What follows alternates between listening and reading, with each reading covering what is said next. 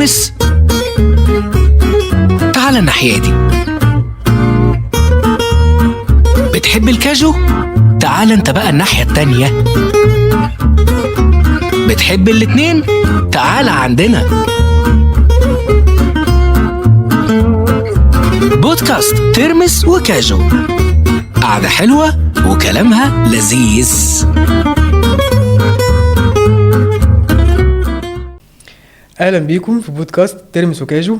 انا ايهاب المصري، وده البودكاست اللي بتجمع فيه مع اصحابي، بتكلم فيه وبنحكي وبندردش. برحب النهارده بحلقه النهارده باحمد. اهلا بيك يا احمد. وشيماء، نورتينا يا شيماء. الله يخليك. انا خليك يا بوب.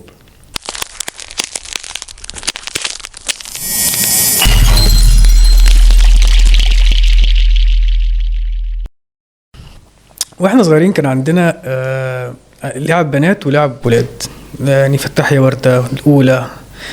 ده البنات، والولاد كان في كهرباء وبسبع طوبات، الحاجات دي. ايه اللي ممكن كنت بتلعبيه وانت صغيرة، وايه اللي ممكن تلعبيه دلوقتي؟ بص، هو انا طول عمري بحب الافلام والمسلسلات وكده. فحتى وانا صغيره كنت دايما انا واختي وبنت خالتي نحب نمثل، يعني نعمل نفسنا شخصيات ونعمل كده قصه ونقعد نمثل ونلبس لبس مثلا ناس كبيره ونحط وجه وكده.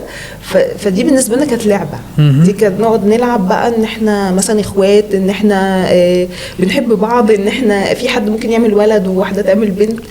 فطول عمري الجزء ده بالنسبه لي موجود من وانا صغيره. كنت احب قوي العب السلم والتعبان.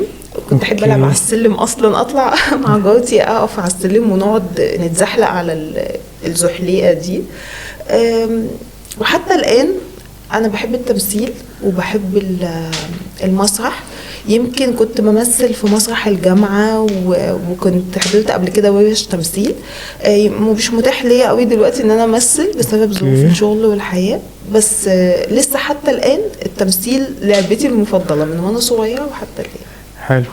وانت يا احمد بتلعب ايه وانت صغير؟ كورة. اوكي. عايز اقول لك دخلت وانا صغير، والدي كان خدني ورحنا الاهلي، ودخلت ناشئين الاهلي يعني في الاختبارات ونجحت. انا كنت بحب العب كوره كتير من وانا صغير. كنت امل ان انا اكمل، بس يعني الدراسه بقى يعني من ثالثه اعدادي كده، فاهم؟ خلاص يعني. اوكي، وهبت نفسك للدراسه. الدراسة انت عارف الطبيعي يعني لو في موهبة بتقل شوية لما بيتم اهتمام الدراسة والثانوية العامة بعد كده. بس بعيدا عن النوادي، انا واصحابي كان لنا فرقة وبنروح نلعب في مراكز شباب كتير، وبنلعب في نوادي كتير، وبنخش في بطولات. فالكرة بالنسبة لي هي من وانا صغير وانا بحبها جدا يعني، كرة القدم.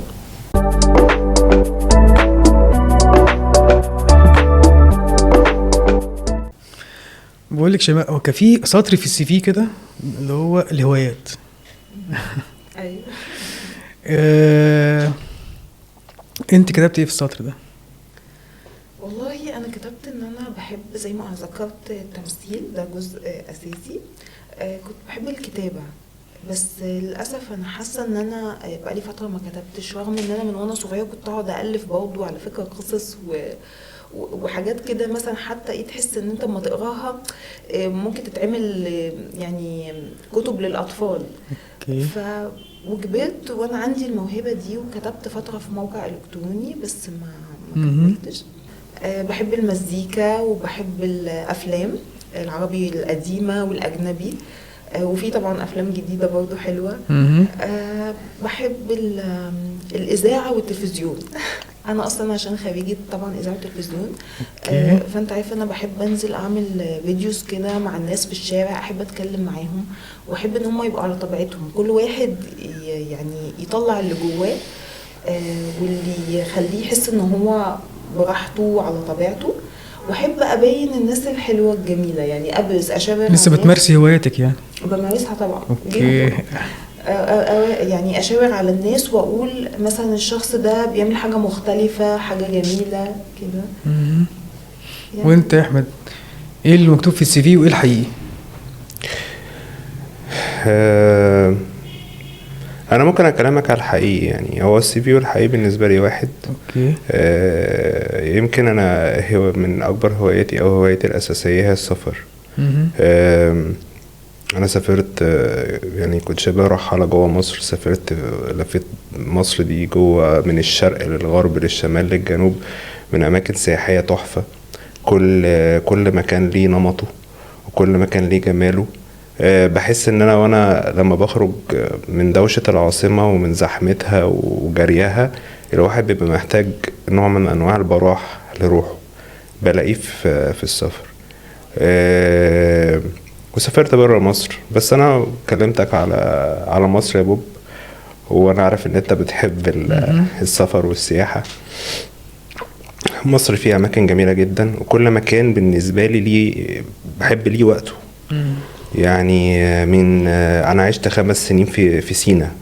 فسينا دي جنة من جنات الله في الارض، يعني خاصة سانت كاترين، منطقة كاترين، ومنطقة التجلي الأعظم جبل موسى. مصر تلاقيها حلوة، بحر حلوة، صحراء حلوة، جبال حلوة، فيها كل حاجة. زراعة. لو خدت من الشرق من سينا رحت للغرب للصحراء الغربية وكلمتك على الواحات، كلمتك على واحد سيوة دي فيها من كل الجمال. هتلاقي فيه طبيعة جبلية، هتلاقي فيه نخل وفيه تمور، هتلاقي فيه بحيرات مياه سخنة وبحيرات مياه ساقعة وكبريتية، فيها سياحة علاجية. مكان ما شفتوش في حياتي وبحب اروحه. يعني لو قدرت اروحه كل سنة اروحه يعني. ولو نزلت لتحت في الجنوب، النوبة دي بتروح تحس انك انت في حتة تانية، يعني غير جمال الطبيعة في جمال ناسها. كل منطقة وليها تراثها. يعني هقول لك على حاجة، مثلا سيوة هناك بيتكلموا لغة اسمها اللغة الأمازيغية. يعني نسبة للمغرب العربي، هم قبائل نزلوا من المغرب العربي، نزلوا على مصر، استوطنوا في الصحراء الغربية، بيتكلموا لغة أمازيغي. بيعملوا بيوتهم من حاجة اسمها الكرشيف ده عبارة عن رمل ومخلوط بملح، وبيتعمل زي كواخ كده. بيبقى جماله في ايه؟ ان هناك طبعا درجة الحرارة في الصيف بتبقى عالية جدا معظم السنة، الا لا شهور الشتاء. بتخش البيت تلاقي الجو جوه التلاجة كأنه تكييف رباني طبيعي. وفي نفس الوقت بيعمل نوع من انواع الريليز، او بيخلي في استشفاء من اي طاقات سلبية. بتبقى انت حاسس انت قاعد مبسوط، انا قاعد باشا. تمام. لو خدت نفسك وطلعت الصحراء في بحر الرمال الأعظم وخدت عربيات 4x4 وطلعت اي رحلات معروفة بتتعمل هناك، وتعمل ساند بوردنج، تزحرق على الرمل بالزلاجات وهكذا. تنزل بقولك انا عايز اخدك مرة ونروح مع بعض في عين مية طبيعية طالعة تحت الارض في الواحات البحرية، بخلاف سيوة. طبعا سيوة فيها عيون مية سخنة ممكن توصل درجة حرارتها 45. انت معاك تنزل 10 دقايق فيها، هتطلع حاجة تانية. 10 يا بختك بجد، يا بختك ما شاء الله. لا انتي في السفر هو انا بحب السفر جدا أصلاً. بس انا مشكله ان انا عندي اوبشن السفر ده شويه مش متاح عندي في البيت كبنت، يعني ان انت تسافري لوحدك. وطبعا هم في نفس الوقت في البيت سفرهم محدود قوي، تعرف الام والاب حركتهم بتبقى تقيله. فانا بحب السفر قوي قوي، وكان نفسي يبقى عندي فرصه ان انا اسافر، يعني انا نفسي جدا اروح دهب. اكيد رحتها طبعا. رحتها مش هقول لك كم مره. نفسي قوي قوي اروح الاقصر واسوان. انت ما رحتيش الفيوم حتى صح؟ لا الفيوم رحتها، لا مش الدرجه دي، لا رحت بس معاهم برضه معاهم في البيت. رحت الفيوم وعملت تزحلق على حلو ماشي. سافرت والحمد لله. ورحت اسكندريه طبعا بحبها قوي، ورحت مرسى مطروح، ورحت اسكندريه ماريه. طبعا مرسى مطروح جميله جدا جدا. ورحت فين تاني؟ في الفايد واسماعيلية يعني والقناطر. معلش بس لو اتفتحت المجال بالنسبه لك انت هتنطلق جدا زي احمد كده. نفسي اروح سانت كاترين.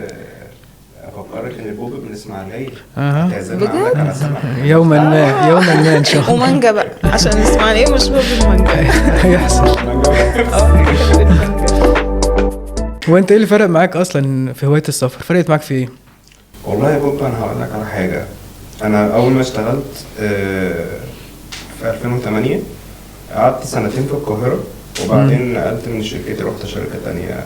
اول ما رحت بسم الله الرحمن الرحيم كده مش انت بتكلمني على السي في، قالوا لي انت هتروح راس شقير او هتروح مش عارف البحر الاحمر حاجه زي كده. فانا ما اعرفش ايه، ما اعرفش المكان. سافر، يلا نسافر.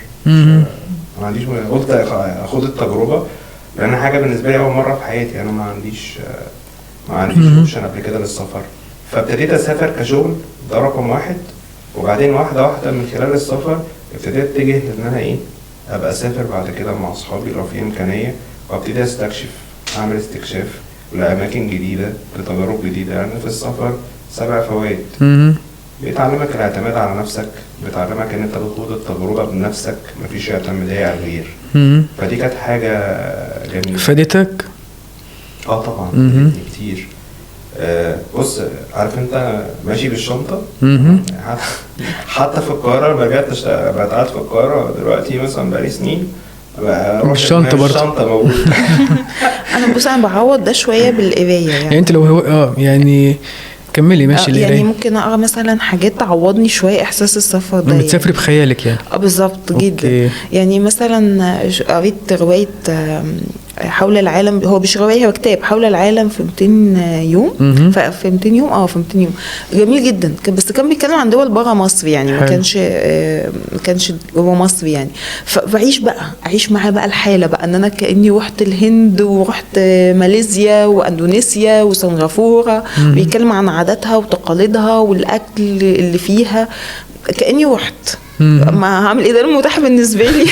برضه الافلام برضه انا بحب قوي فيلم Eat Pray and Love. هو اصلا قصه حقيقيه للكاتبه إليزابيث جيلبرت ومثلته طبعا جوليا روبرتس. فسافرت في ايطاليا وسافرت بالي والهند. فطبعا عشت معاها الحاله وبقى نفسي جدا جدا يعني الثلاث دول نفسي اروحهم قوي، ايطاليا وبالي والهند. من كتر ما انا يعني اتبسطت واستمتعت في الفيلم وشفت الاثار اللي هناك وشفت العادات والتقاليد والاكل. فبعيش في خيالي في الافلام والكتب.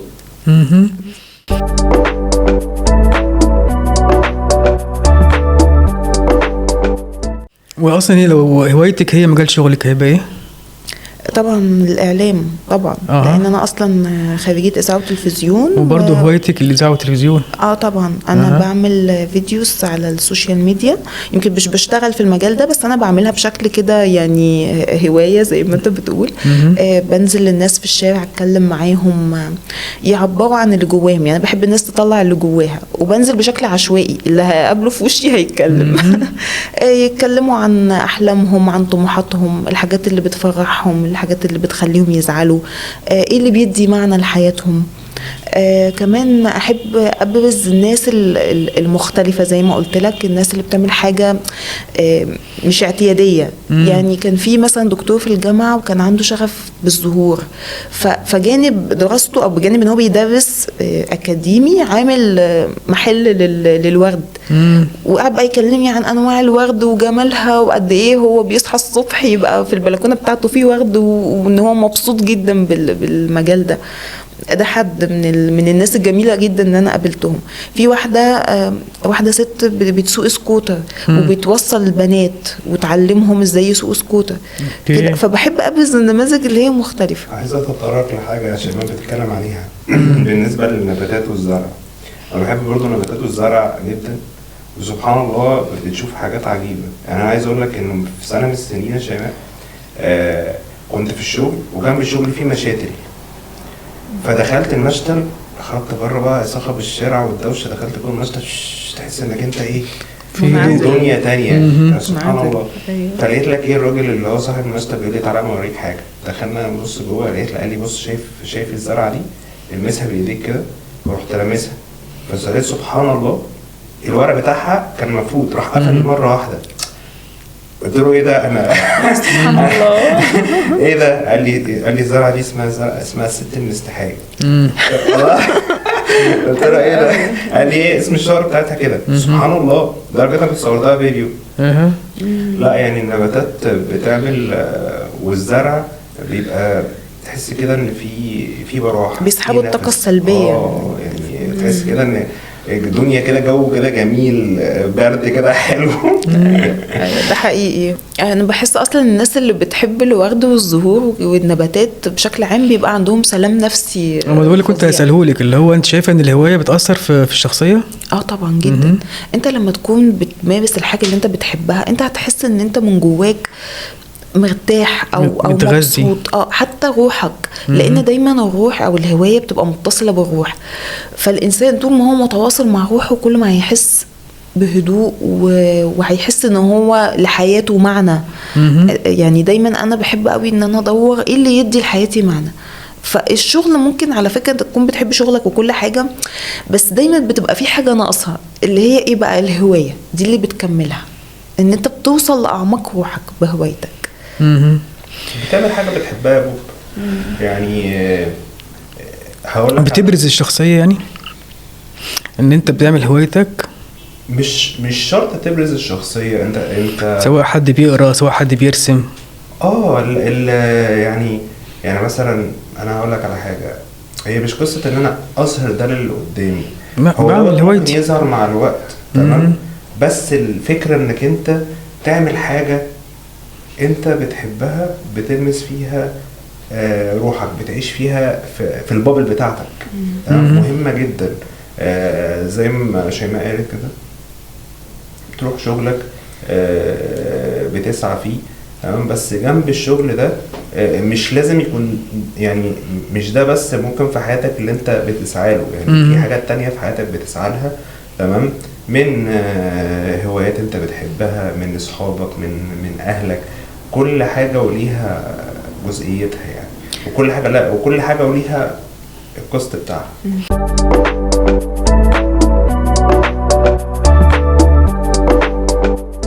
هي كمان مع الوقت اصلا انت بتلاقي ان الهوايه اثرت على الشخصيه لوحدها. بمعنى مثلا اللي بيحب يرسم هتلاقيه بعد كده بيحب الالوان، وهتلاقيه لبسه مختلف والوانه مختلفه وتنسيقاته مختلفه. اللي بيحب القرايه لما تقعد تتكلم معاه هتلاقي عنده براح، وهتلاقي عنده افكار، وهتلاقي عنده ثقافه.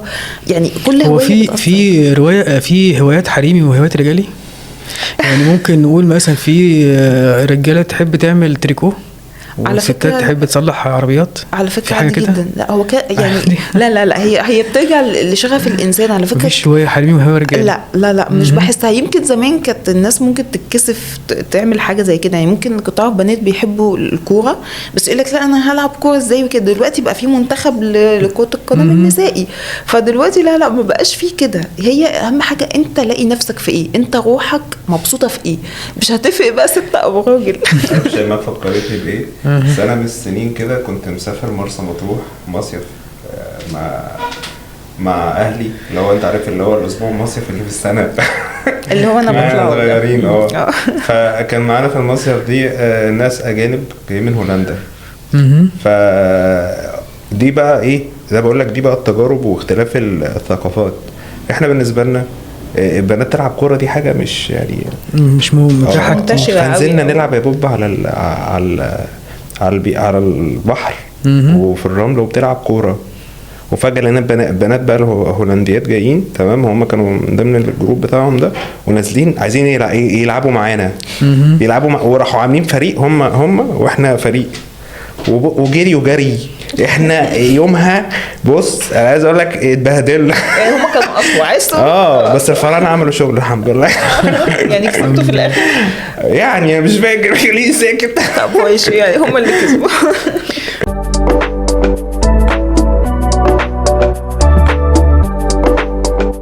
هو لو حد سألك انت ايه الحاجة اللي نفسك تجربيها بس الظروف والوضع والظروف الاجتماعية او مش متاحة، تبقى ايه؟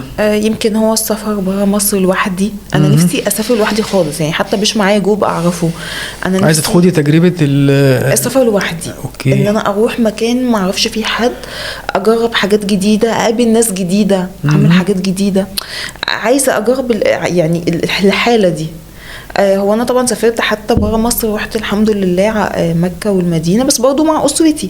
بس انا عايزه اسافر مثلا ايطاليا، انزل اقعد في مطاعم هناك لوحدي، اقابل ناس جديده كده ما اعرفهمش، ونقعد نتكلم مع بعض ونقضي بس وقت، وبعد كده خلاص كل واحد يروح على مكانه. يعني دي حاجه قوي قوي ان انا نفسي اعملها فعلا.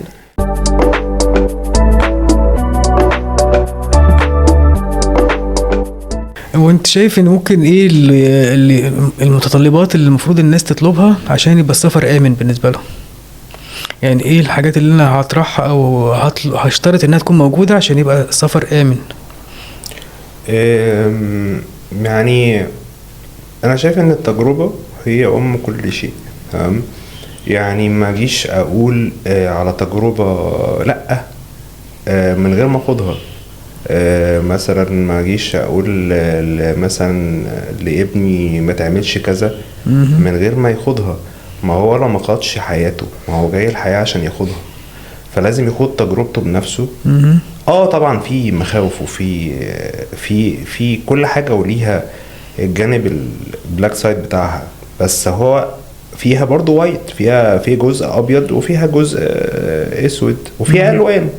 فاحنا محتاجين الاول نخوض التجربه ونشوف بنفسنا التجربه بتاعه السفر دي. مثلا لو كمثال كسفر، لو اتكلمت شيماء بتقول انا نفسي اسافر، طب ماشي، طب ما تخوض التجربه وتسافر.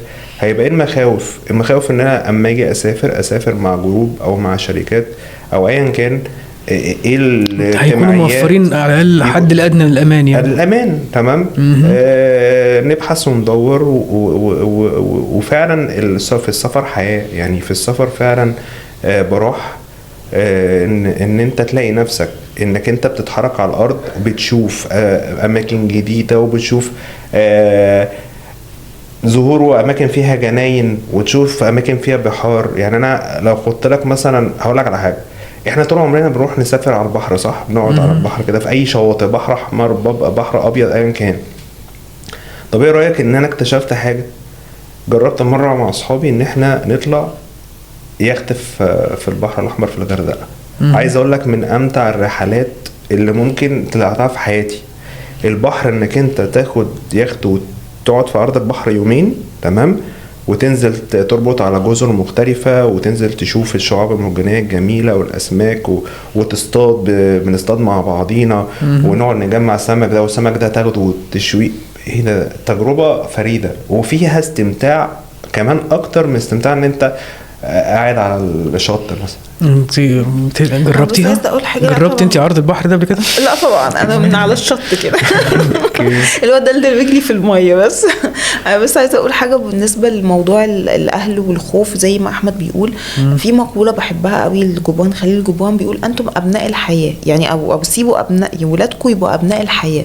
هم جايين الحياه ليهم حياتهم وتجربتهم الخاصه، هم مش ابنائكم، دول ابناء الحياه. بس انا يمكن وانا صغيره كنت بتضايق جدا من اهلي مثلا في موضوع السفر ده، ونتخانق واعيط وسيبوني او خوفهم اوفر شويه قوي. ليه بقى؟ يمكن اولا عشان انا بنت، يعني يمكن بيقولوا لي لو انت ولد كنا هنسيبك تعملي اللي انت عايزاه. ده اولا. ثانيا لما كبرت شويه ابتديت اقدر مشاعر اللي قدامي. يعني وانا صغيره كنت ازعل، لما كبرت لا ابتديت يبقى في حته تقدير. انا مقدره ان هم خايفين عليا، مش عاجبني ومش موافقه عليه، ويمكن انا مع ولادي مش هعمل كده، بس قادره المس خوفهم، قادره اتقبله رغم انه مش عاجبني، بس متقبلاه. ف يعني ما عنديش حل غير ان انا اتعايش معاه. يعني ان انا خلاص زي ما قلت لك احاول ان انا اعمل ده في حاجات تانية بحبها، في فيديوهات، في افلام، في قرايه كده. بس كان نفسي فعلا يبقى عندي الموضوع ده متاح يعني.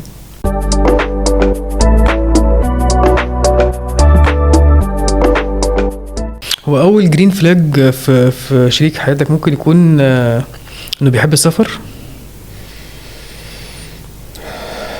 بمعنى يعني دي حاجه لو شفتها يعني هو ده من الحاجات الجرين فلاج اللي انت تلمحها ان هي تكون بتحب السفر. طبعا. لو ما بتحبش السفر انت هتطول بيها ليه؟ صح، مش هتعرف تسافر معاك. والله بص، هو يعني هو الموضوع هيبقى صعب شويه. تمام. بس يعني هتقدر انك انت توازن برضو. هو التوازن مهم. خلي بالك انا برضو قعدت فتره، يعني هي مراحل. انا قعدت فتره برضو قعدت مش مسافر، يعني مش بسافر كتير. بس يوم ما الاقي نفسي اقدر ان انا اطلع اسافر بسافر. ليه يا جماعه؟ هو السفر وهي هوايه، وفي كتير قوي بيحبوا يسافروا يعني. تمام.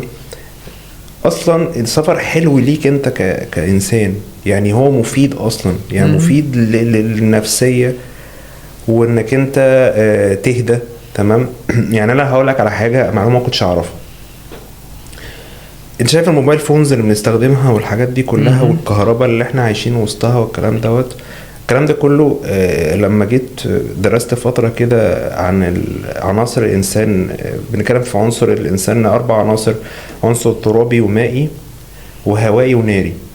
العنصر الناري، ال4 عناصر دول موجودين في كل إنسان، والإنسان بيرتاح لما يكون فيه توازن من 4 عناصر. لو جيت كلمتك على عنصرين، عنصر الناري والعنصر المائي ده، تمام، الكهرباء والموبايل فونز والكلام ده بتزود النارية جدا. ليه يا بوب؟ انت لما تيجي تروح تقعد على البحر انت ليه بترتاح؟ بتحس كده انك انت ايه، انا رايح اتكلم مع البحر. تروح قاعد كده ساعة ساعتين، تروح قايم، انا بقيت بوب تاني خالص. طشيت. ليه؟ يعني البحر في طاقة مائية او مش عايز اتكلم ان هو في عنصر مائي، يعني بيمثل العنصر المائي. يعني انا اللفظ نفسه هو العنصر، قصدي يعني عنصر المائي دوت بيطفي النارية، فتلاقي نفسك ان انت ايه، كل الحاجات اللي انت كنت مشحون بيها هدتك. تمام. فده مثال بسيط يعني ايه كشرح كده، اللي هو ايه ده ممكن يريحك شوية نفسيا. تمام. الموضوع دوت كشرحه او تفسيره كان بالنسبه لي كان ملهم جدا، ان هو وده ما جاش غير من خلال التجربه، ان انت تسافر او انت تروح مكان جديد ايا كان. في يعني في السفر وفي السفر 7 فوائد. بقول لك لقيت المعلومه دي قدرت اوصل لها من خلال وانا بقرا او بتعلم، وصلت لها.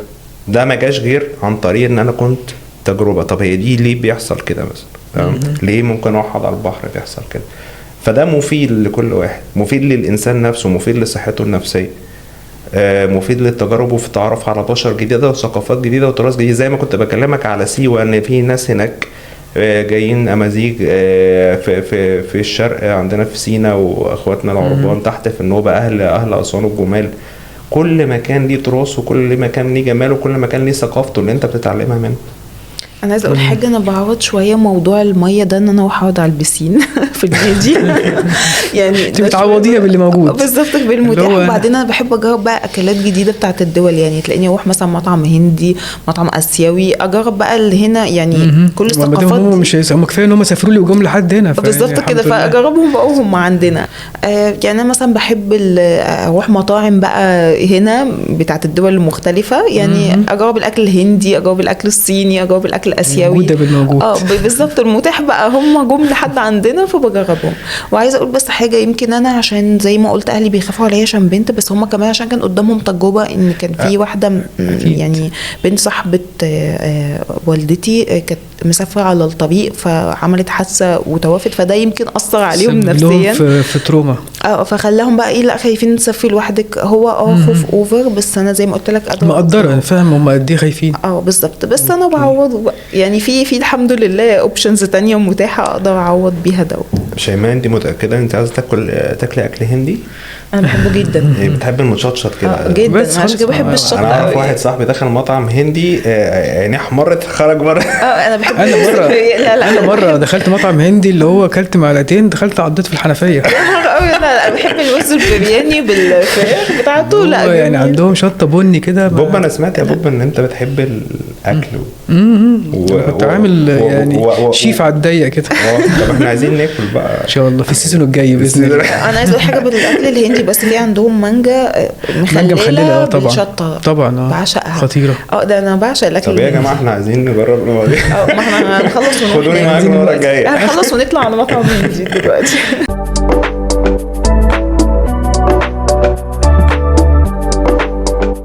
هختم بس بسؤال كده، اللي هو يعني لو حياتك فيلم تسميه ايه؟ لو حياتي فيلم هسميه ايه؟ اسميه